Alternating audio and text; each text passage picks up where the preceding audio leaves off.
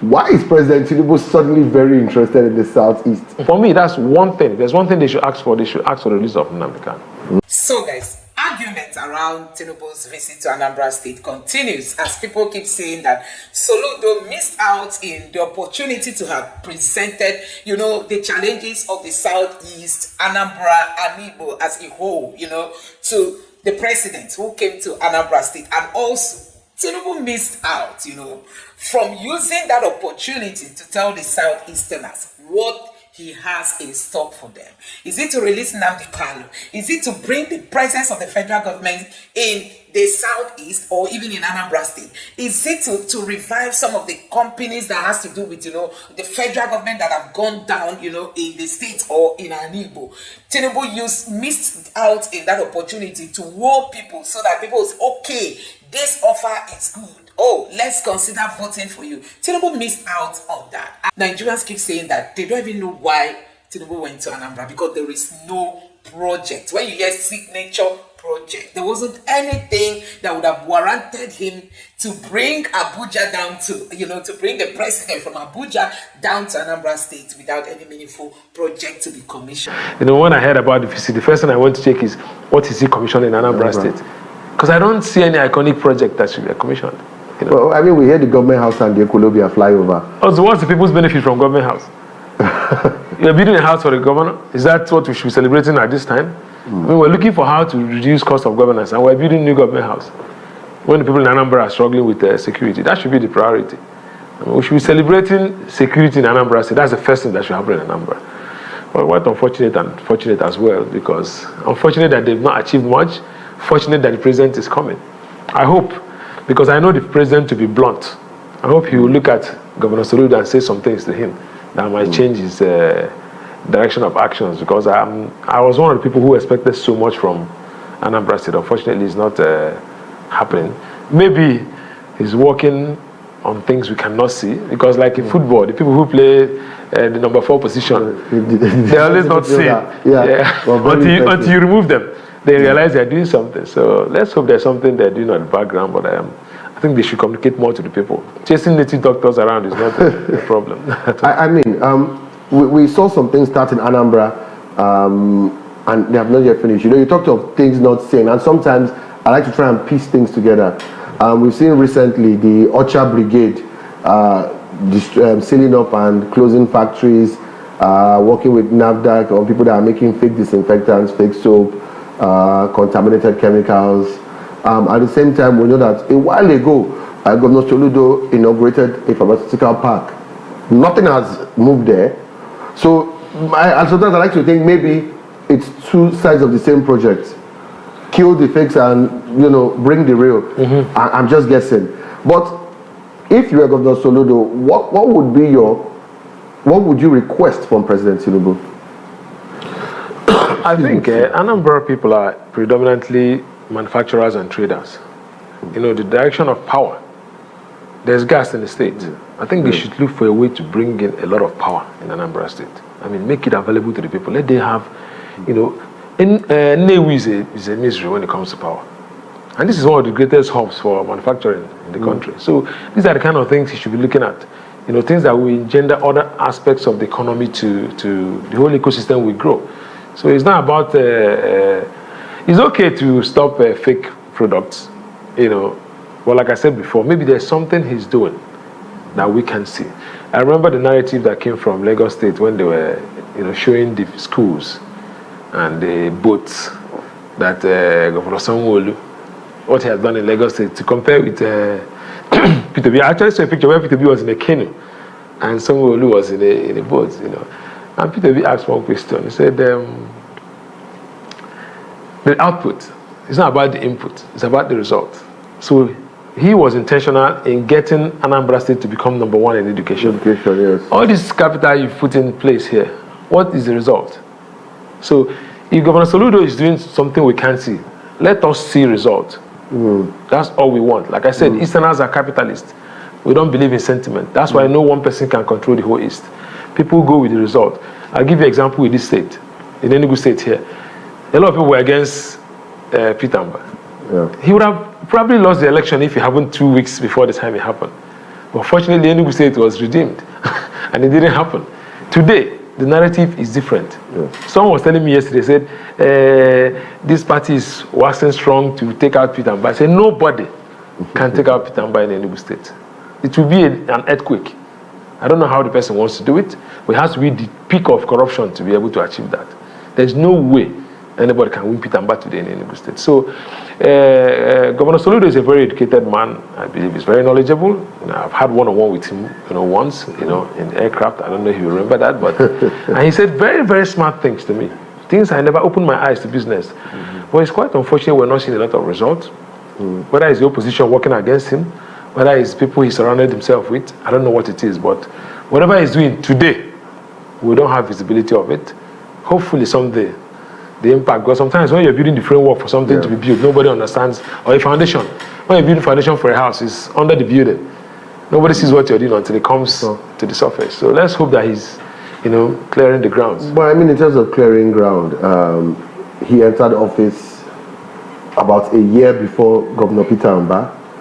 So there's a metric to run him against. He entered a year before Dr. Alex Oti. Yeah. So there's also a metric to run him against. They're all in the southeast. They all face the same insecurity challenges. But they are all accused of the same thing, oddly enough, which is that when you get into the markets, people complain of heavy multiple taxation. Yeah. Why is it that only in Anambra has it become something that we've even seen issues of violence and roadblocking? But all three have that complaint against them. Is it that, like you said, the people he surrounded himself with, and so the execution? I remember here on Abia, we showed the bid for tax collection. I remember the guy that stood up and said, we have reached 300 million per month. Anything beyond this, if you want somebody to be contracted to get revenue generation, it will go south. And he told him if he doesn't have money, he should sit down. And I was surprised that is coming from someone of the caliber of a former central bank governor. And we've seen the company Bigly Oil cause havoc on the Owerri Road. Yeah. So these things of, clearing the ground, then we've seen already immediate excesses of the new security outfit being brought up, which many are afraid might be just building a brigade ahead of elections. Of course, that's conspiracy theory. Yeah. But with all this, there are still things that we can point to. For example, I know road infrastructure. I've gone into places like particularly Orumba South, where the road network all the way from Oka to Very Fair is impeccable. Of course, once you get off the road, it's a different story entirely. Local governments are absent. I dislike blaming local state governors for local. The chairman should do something as well.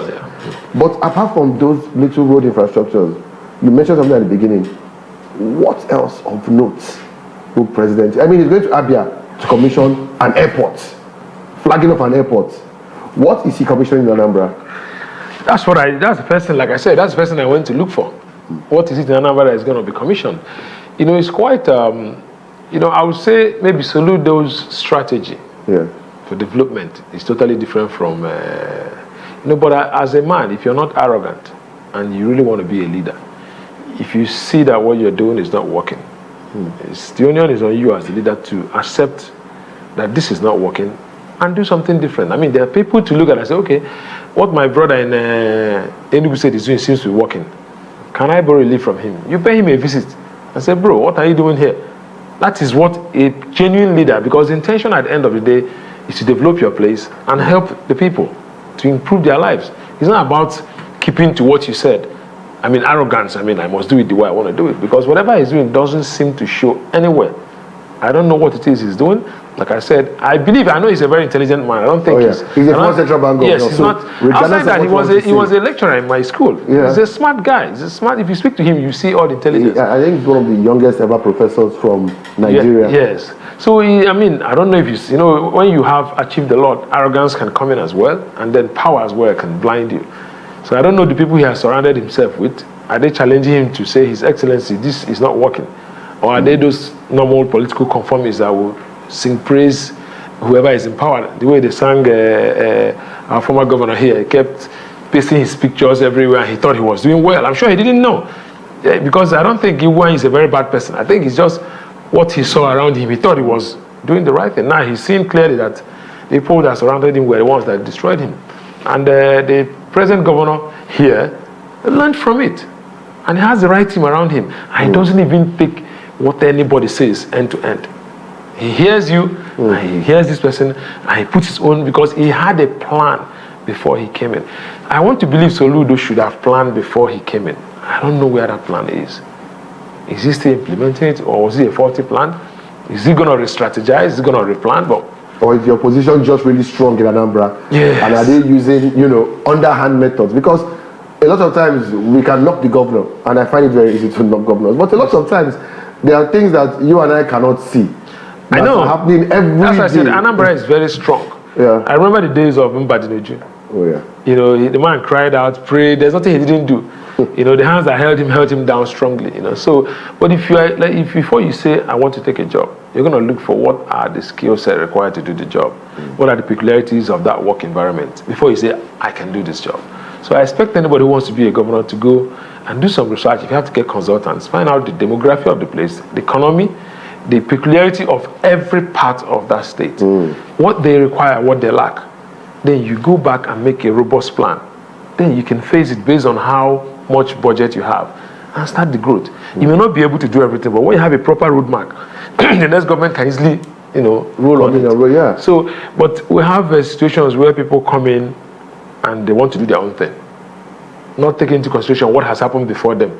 Look at the International Conference Center. Look at all that whole corridor, what's going on there. I mean, this is an area that has been abandoned for years because of stupid political reasons. Those things do not belong to any political party or any ex-governor. It belongs to the state. So when this governor came in, he went straight to recover the things that belong to the state, which is governing. He's representing the people properly. So I think Governor Soludo should ask himself, what are the things the Anambra State people need the most? Now, they have education. They're producing educated people, smart people. Where are the jobs for them? How do we create it? We need manufacturing. We need industries to grow. What have I done? He should ask himself those questions. Where is the power? There's gas in Anambra State. Can we build a massive turbine or a couple of them here and there and grow industrial parks where people can situate their factories and things will start growing? But none of those are happening. It's quite unfortunate. I'm one of the people that was so excited when he was coming into power because I like him as a person, and I think he's a smart person. I was even supporting him when he was looking at presidency. Yes, I thought he was the right fit, but I would say maybe I was wrong. No, but then again, while we are afraid of the one-party state in Nigeria, Anambra is the true republic. Even when you bring local government chairman from the same party, you try to use the power of incumbency. This is a state where the State House of Assembly will always be fractured. You would have one YPP, one Labour, one PDP senator, and an Abga governor. Why? Because they have a lot of power brokers. The people in each region. Nnewi is an autonomous city on his own. Onitsha is an autonomous city on his own. Oka on his own. In fact, you would see places like Abagana don't even care what's happening outside them. Just at the back of Oka, Enugu, Obosi. They are all very, very autonomous. Yes. Not really needing the next one. I tell you what, there's the uniqueness of Anambra State because there are a lot of power brokers who can protect the votes when they are casted, so that these people cannot manipulate it. That's why you see that Nnewi can hold his voting block. In Enugu, it's not exactly the same thing. Someone can come up and influence what happens in another place. But if you have a power broker that will say, I remember those days when they used to count, when they were counting the vote in one of the elections. Ngige was there physically in his car. I think when he was running for Senate. Just his presence at INEC headquarters. We make the NF know that there's no jokes around. There's no jokes around here. You understand? So in Anambra, there are loads of power brokers. You can't just no one person can come and say, and that's what Soludo needs to understand. And they are business power brokers, political power brokers, and sometimes in a bid for the governors to align with these power brokers, you lose focus. So I'm sure he's fighting one of those principalities that are on the ground. I'm sure of that. But before he came in, my own is you should have known that these things exist and prepared, made a robust plan on how to mitigate them. It's not when you get there, you start complaining about something. I remember when Buhari took over and they were pointing at the former government. I said, are you insane? You had been running for 12 years. Didn't you know these people were there before then and the damages they did? You want to take a job, you didn't know what is required to do the job. So anytime you take a role or you aspire to take a role, you must check, what do I need to do this job? Do I have the skill set? Not when you studied biology and religion in school, you want to be an electronics engineer. It's not going to work. You have to have the background to do the job. So Governor Soludo, I thought, had what it takes. But maybe he's a good economist, maybe not a good leader. Who knows? I don't know, but let's wait and see. And leadership in Nigeria, of course, is fraught with challenges you will not find in most of the civilized world. But moving to Abia very quickly, before we're out of time, because Abia's case seems more clear-cut, mainly because they seem to have an agenda, power manufacturing economy. They don't seem to want to deviate at all from any of those three things. It's industry, power, economy. I have never seen Governor Oti interested in anything outside the value chain of those things. See, that's another thing I'm going to say. We talked about Soludo being an economist. This is another economist. That's another man that is properly trained in that same sector. But he has a robust plan. As far as I'm concerned, he had a proper plan. And he's sticking to his plan. And he took time to study. That's another person who ran for this position for a long time. So he had the opportunity to study the area and develop what he wanted to do. And he's focusing and he's achieving grounds. I mean, there are signs that what he's doing, some of the things he's doing now, we may not see the immediate result, but you are sure that this is the direction. In Anambra State, I can't see the direction. I mean, we look at Governor Oti, I mean, not trying to campaign for him or anything, but just reading out the evidence as it is. First thing, came in quick wins for the people, went for Port Harcourt Road straight, which is one of the things President Tinubu is coming to inaugurate. An abandoned, 20-year abandoned major highway. 20 years. And after he did it, ahead of President Tinubu's arrival, the media is all up, including Benjamin Kalu and Co, saying Ikpazu was the best thing that happened to Abia. He left money for Oti. I saw those stories and I'm laughing. There's lots of propaganda. It's so pro-Ikpazu propaganda ahead of, but maybe just to diminish the efforts of this government. But we saw it. We saw the Julius Berger team that excited the people. Afia TV was on ground. We covered the Julius Berger people who said with their own mouths, and this is not second-hand information, the people here, they are giving us breakfast in the morning. They are so happy to see us. So he started with that. Then Geometry came back online. Then the new area, which nobody told up there about. I've been there. I've been taken on a personal tour by the project manager, Henry Okorafor. Nobody told me. I was there. So we've seen all these things. We've seen if you're in Aba, the amount of trucks you would see of different construction companies moving over hill down towards the area where the economic city is and back. You know there's a lot happening. Landmark is going there too. Landmark is going there. They've broken ground. They've gotten concessions for any by economic city. They are, so there's so much happening, and it's as if his focus was, we are going back to. He said, I'm going to make this, take it back to the position of being Japan. And what do I need? Manpower, machinery, money. The project is like project management 101. And that's what he clearly, like I said, the Anambra case, once again, if you are developing a proper project plan, you must identify your stakeholders and then find a way to manage them. It's part of the core. Outside your budget and your program, you must have a way to manage stakeholders. I think there's a confusion in Anambra State. I can't even see the policy direction. We can't clearly see today they're chasing the daughters, tomorrow they are fighting insecurity. The insecurity, you can't even succeed. The rate of kidnapping in Anambra is, I think it's even increasing. When other places are going down. You remember we had a conversation here in Afia TV about Governor Anambra when they announced the sit at home. And it looked as if they heard what we said. He's always reacting to things. I've been watching this government. Whenever there's an agitation or a contrary view on what he's doing, he takes time to look at it. And he has some people who are watching what is going on. I don't know if Anambra, arrogance is a bad thing. It might be a gap because we know that Mr. Menfor just got appointed as Commissioner for Information. There was a bit of a lacuna for a bit. So probably that could have been an issue. We also know that before Mr. Moluku was put at the head of the Anambra Broadcasting, there was also a bit of a gap. So maybe key people in the information sector not being available, and maybe with them being on ground now, his ears he might have more ears on the ground. I'm just guessing. This is a core area, knowing Anambra for what it is, and those multiple powerful stakeholders. You must have your communication department at top speed at all times. So before the governor came in, that's one of the, talents he needed to identify. And option A, B, C, D, E. for that. That place shouldn't be laid open for a long time. That's a wrong move. So, like I said, I keep talking about arrogance. I sense it. I don't know if it's what's going on, but I think, as a leader, the moment you're empowered, if you're not careful, there's something Governor Sullivan Chime said. Sometime we paid a visit to his house. He said, being a governor is like going to jail. There are a lot of things you will not see again. You're like locked up inside, your team. It's what they want you to see that you see till you come out. So I will advise whoever is thinking of taking any position or any power, any seat of power, to think of the team you're going to work with before you even start your campaign. If you cannot identify people who can take you to where you want to be, because you alone having the dream is not enough. It's very enough. You must have people who share the same dreams with you, so you can move seamlessly. And then not just one person, you should have a plan A, B, C, D. So in case someone fails or falls on the side along the way, you're able to replace them efficiently and on timely manner. Because it's an issue. Yeah. Anambra, there's a gap. There's a serious gap. I'll say it again. Anambra should be the richest state in the East. Yes, easily. Easily. You can tell. There's one there to pick up. But unfortunately, we can't see any major thing going on. I keep saying that tarring roads and cutting roads is not development. That's why there's a road in Enugu State. I saw, it's been cleared. I saw it on Saturday.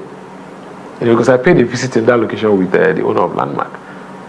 There's a road from our home into Enugu town through Nike.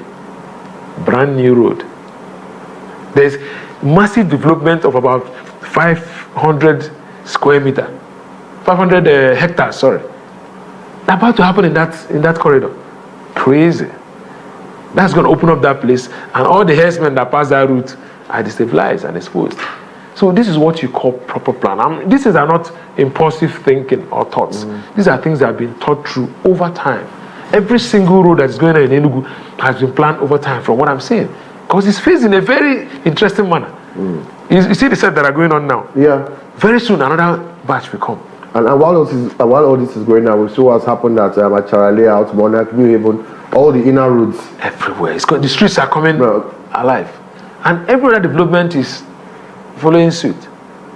So I don't know what the problem is. Governor Soludo, if he does not know what next to do that will work, he should talk to consultants. He's an expert. He knows the value of knowledge. He's a consultant himself. Globally recognized consultant. So if your area is not here, look for people in that area. They mustn't be Anambra State people. Yes. We have seen that in Enugu and even in Abia. Abia, the chairman Enugu North, Abia, Abia North, that's, the whole new area project. Yes. Ide Udagbala. It's an Anambra man. so my best man when I got married, he's from Anambra State. He works for Abia State government. Yeah. So it doesn't matter where we're still all Easterners. We're all Nigerians. If you have to get an outside person and he's going to give you result. Which was where Tinubu was the master in Lagos. If we are going to give President Tinubu credit for that, he was the master of that in Lagos. We saw. But unfortunately, now that he's at the center, he's going tribal. I don't understand why. It's quite unfortunate. Maybe people didn't react to him being so lenient when he was governor. If you're doing something as a leader and you know what you want to achieve and what you're achieving, then you don't have to look at low sides, people who are commenting on the side. Lagos got the result. So why don't you use that at the center? Why are you looking at one direction? You're coming to visit Igbo land. How many Easterners has been given principal positions in this government? Is the visit supposed to be a deceit for Igbo people? People are too deep and too detailed to be deceived by such visits. So if you want to show love and recognition for the ingenuity of the Igbo people, which we know in this country that are about the most intelligent tribe, you should recognize people by giving them what they you see, the thing with giving Igbo people positions. I'm not talking about the political people. No, the ones that affect. Yeah, the technocrats, people who know what to do. The minister for the CBN governor, minister for finance, trade and investment. People who have knowledge. Nigerian Ports Authority. Yeah. This is where there are people from this east who are sound, very sound, and the world has recognized them that you can use and also get results, not just get good friendship or this with the Easterners. We don't even have to go too far.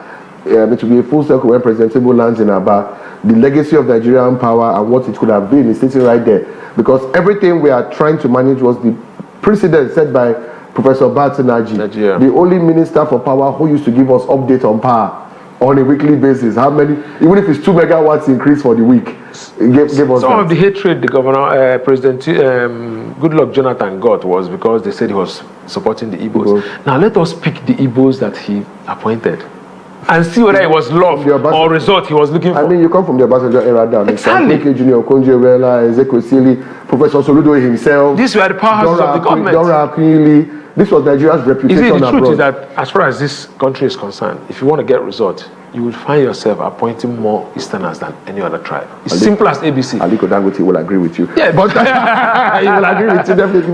But we've run out of time. We've even extended time. But this is a topic that, for me, is very important because there's all this talk I'm hearing of if Igbos don't align with the APC at the center, nothing will happen here.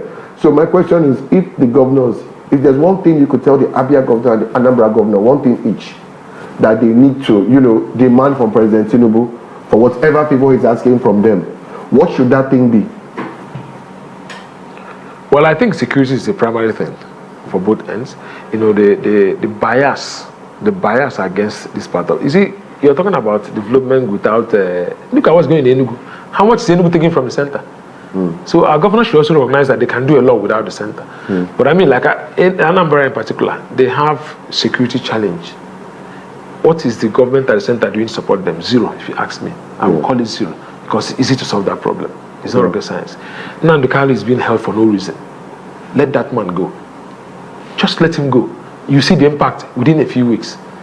They should demand the release of Nnamdi Kanu. The both governors should demand it. They should release Nnamdi Kanu, 1. 2. Then, at that point, they can now find a way to enter the bushes where we have these miscreants. Because I know there's a mixture of the genuine agitators and the miscreants. Right. The opportunities are found. Yes. So if Nnamdi comes and speak to the genuine agitators, they will leave the bush. And even if they have to be there, they're there to make sure that the herdsmen are not there. Then these miscreants can be easily picked out and we'll have stability and other things can happen. I think it's one thing that is common. Even the Enugu State governor should ask for the same thing.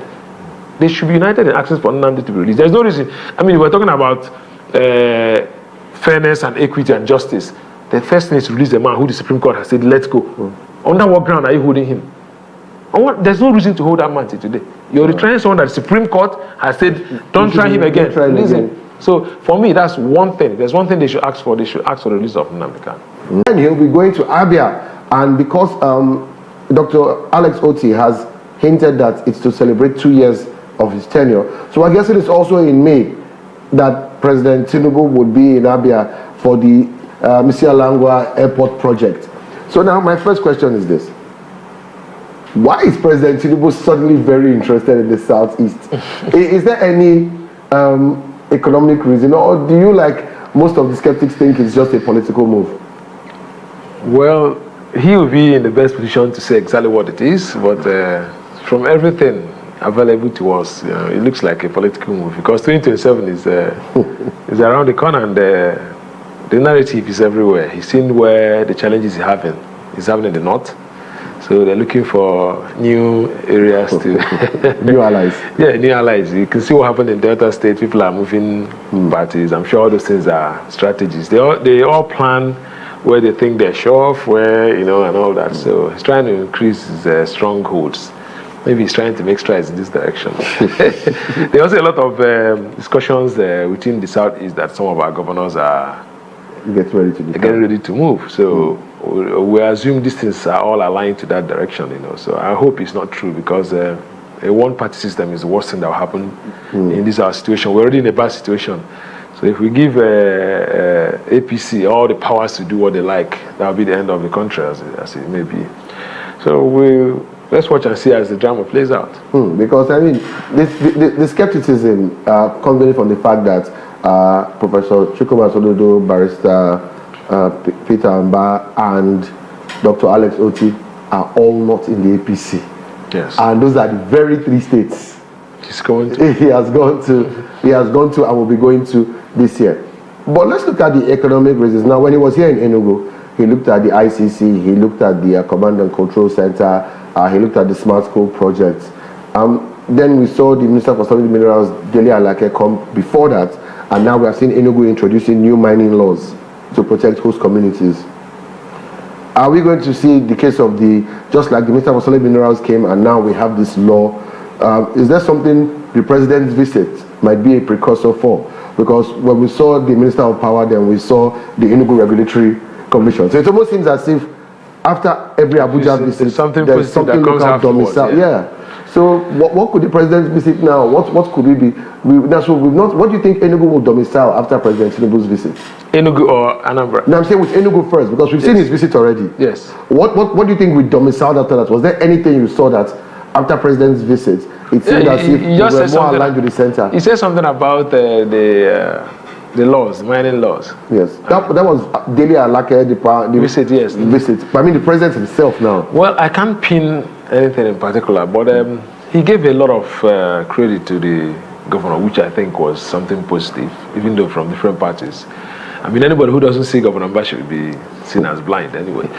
So I don't know what it is I can pick from his visit to Enugu, but we're hoping. You know, if he's political, his moves are political, so he's going to leave some footprint that people will look at and say, yeah. You know, it's quite a shame that a president who's visited over 20 countries since he came into power and he hasn't seen all the states in his country. I don't know how these people expect to govern effectively. You know, if you look at the past leaders, you see that their lack of first-hand information about what the situation is has caused their failure. And you come in and you see, you know, if I were a president, I mean, that has been my first trip. My first job would be to go around. I expect you saw them during campaign, and you expected to have done some background, you know, research on every state before you. But as a president, you go and hear firsthand from the people what's going on, what they want. The Southeast has been challenged with insecurity and other things, and a lot of agitation. The people are not happy. It's a place to focus. I mean, there's a level of impact he would have made here by now. He would have been sure of getting the 5 eastern states, because these Easterners are capitalists. They're about results. They're not sentimental people. So if he came here and gave the kind of impact that was expected from a new government, by now he wouldn't be jumping up and down like they are doing right now. So let's hope there's something positive that's going to come from Abia's visit and Anambra's visit. I doubt what it is. So guys, that was it for Tinubu's visit to Anambra, which many people are still saying, hey, there are things Governor Soludo is doing today in Anambra. You can't believe he is a professor. And sometimes he comes out to attack people. The people are saying we have so much expectation from Soludo. Soludo has not delivered 1% of what people expected him to do, or what people are still expecting him to do.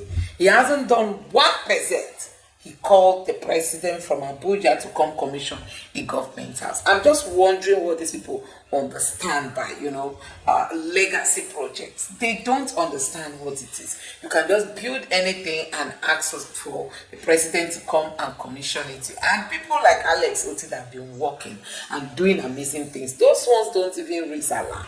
Those ones don't make. So finally, the honest leader has come out. So that is it. Sorry for that noise. But so guys, let me know what you think. That Tinubu lost the opportunity to have wooed the Igbos, the Anambra people, to at least get like 1 to 10% of them to vote for him, because I know that Anambra is Peter Obi's state. You cannot take it away from them. Peter Obi did marvelously well, and there's no way they can vote for someone else, But Tinubu would have won more people if he had said, okay, this is what I'm going to do for Ndigbo. Let me release Nnamdi Kanu.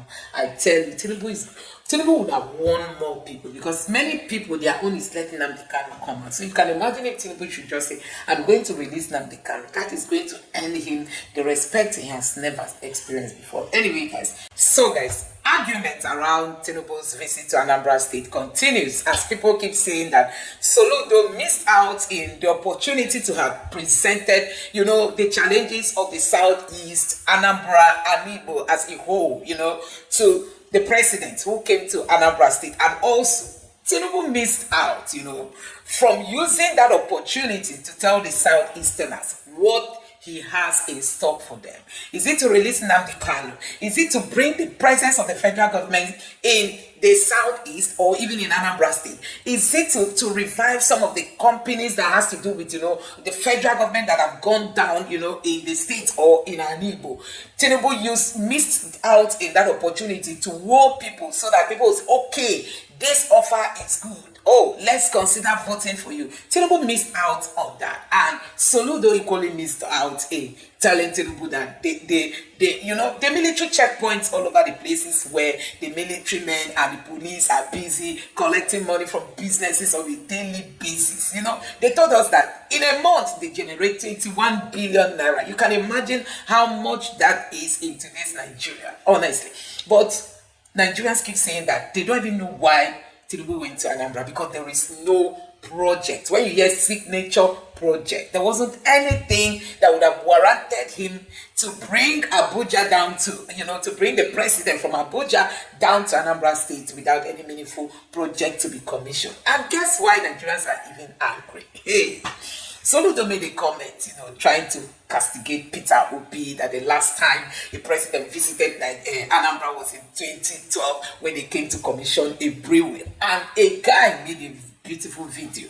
I'm still going to add that video here because I added it in my previous video, where this guy took his time to remind Soludo the projects that Jonathan came to commission under Peter Obi. These were signature project. So guys, a whole lot is happening, and in case you don't know, in my previous video I talked to you guys about Anambra being number one in terms of examination fraud in Nigeria. This is the same Anambra which Peter Obi took from 28th position to 1st position, and also Anambra is no longer captured among the first best states in WAEC and NECO.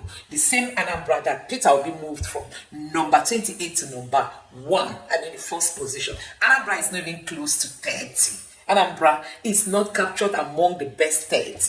So you can imagine. And Abia State is now number 1, followed by Imo State. So guys, a whole lot is happening in this country. I'm just going to allow you to take a look at this conversation that these guys are talking about. I must say a very big shout out to Ophia Business. That's where this video is coming from. You can also check them out and subscribe to them. Take your time, watch this video on the argument on why Tinubu actually came to Anambra State. It's just a political game, not for the benefit of the South. It's not at all.